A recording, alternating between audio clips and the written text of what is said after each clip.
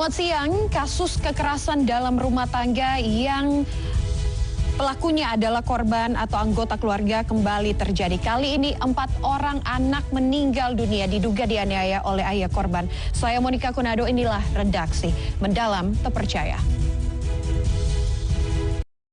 Sepeda motor milik wasit Liga 3 PSSI yang sedang menginap di sebuah hotel hilang dicuri. Peristiwa tersebut terjadi saat dirinya bertugas sebagai wasit Liga 3 PSSI di Kabupaten Mojokerto. Sementara itu di Jakarta Barat, sepeda motor milik kurir ekspedisi juga raib digasak maling. Aksi pencurian pelaku terekam CCTV. Insiden memprihatinkan dialami bayi di Lebak, Banten. Seorang bayi mengalami luka parah di perut dan kritis setelah diserang monyet liar. Sementara itu di Semarang, seorang bayi diduga dibuang oleh orang tuanya dan ditemukan di pinggir di bawah jembatan sungai dekat pemakaman. 4 orang anak, 2 perempuan dan 2 laki-laki ditemukan tewas di dalam kamar di sebuah rumah di Jagakarsa, Jakarta Selatan. Tragis, seluruh korban diduga tewas dibunuh ayah kandungnya di saat ibunya dirawat di rumah sakit akibat kekerasan dalam rumah tangga. Sementara itu kasus kematian 4 orang anak di Jagakarsa menyimpan tanda tanya. Kenapa orang tua begitu tega menganiaya buah hati mereka sendiri? Pemilik kontrakan tempat korban tinggal memberi kesaksian tentang orang tua mereka. Kita beralih ke informasi lain dari sejumlah daerah di tanah air.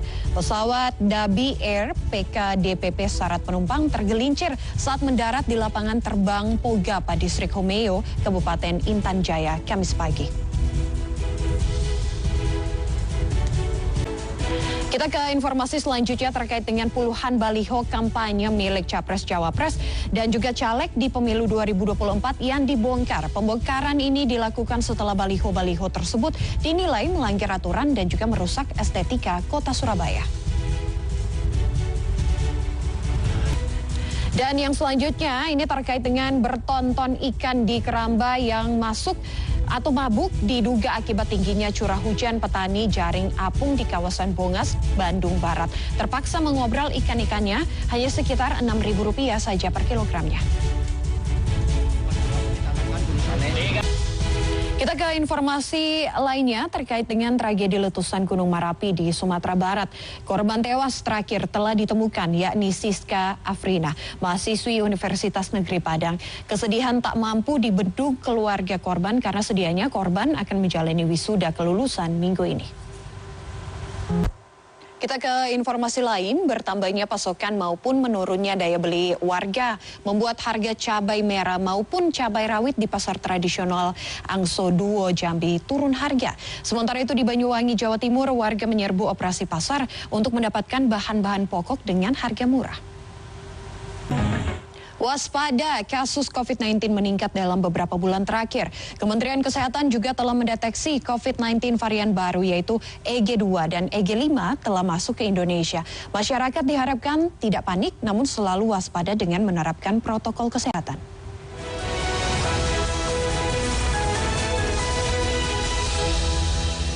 Musibah kebakaran terjadi di sejumlah daerah. Di Magetan, sebuah bengkel Rabu siang terbakar.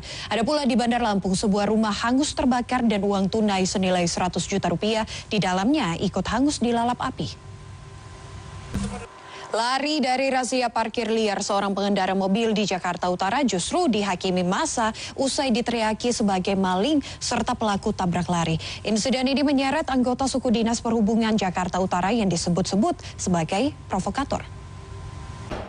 Kita beralih ke informasi lain. Hingga hari kelima yakni Rabu kemarin, pasca bencana banjir bandang dan juga longsor di kawasan permukiman di Desa Simangulampe, Kecamatan Bakti Raja, Kabupaten Humbang Hasundutan. 10 korban hilang belum ditemukan. Polda Sumatera Utara menurunkan tim penyelam untuk membantu pencarian korban. Sementara puluhan tokoh lintas agama menggelar doa bersama di sekitar lokasi bencana.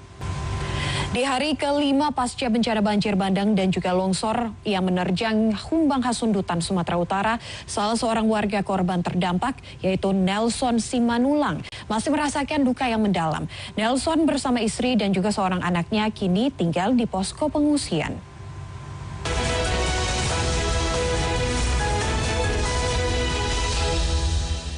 Inspirasi cuan hari ini datang dari seorang ibu rumah tangga di Lumajang, Jawa Timur yang membudidayakan buah serikaya jumbo di lahan pekarangan rumahnya hingga ia bisa meraup cuan belasan juta rupiah. Sementara itu di Lombok Barat, seorang warga mampu menambah penghasilan dari pohon rambutan.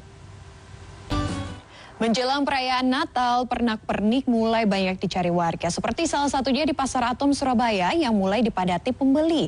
Sementara itu momen wisuda di sebuah perguruan tinggi di PD Aceh menjadi berkah bagi para juru foto. Jasa fotografer diserbu para wisudawan dan juga wisudawati yang ingin mengabadikan momen bahagia mereka. Puluhan keluarga Palestina kesulitan mendapatkan air dan juga makanan sejak Israel memaksa mereka mengungsi ke perbatasan Mesir. Sementara itu Rabu malam serangan udara Israel membuat sebuah rumah di Rafah terbakar. Akibat peristiwa ini korban kembali berjatuhan. Berikutnya informasi penutup hari ini, wilayah Khan Younis di selatan Gaza diserbu pasukan Israel pada Rabu hingga menghancurkan bangunan dan membuat banyak korban berjatuhan. Dan sebelum berpisah, kami informasikan Alobank bahwa menawarkan beragam fasilitas bertransaksi, antara lain diskon menggunakan Alo Prime dan juga ditambah cashback menggunakan Pay Later. Buka Alobank, buka masa depan. Saya Monica Kunado pamit, tetap jaga kesehatan dan juga sampai jumpa.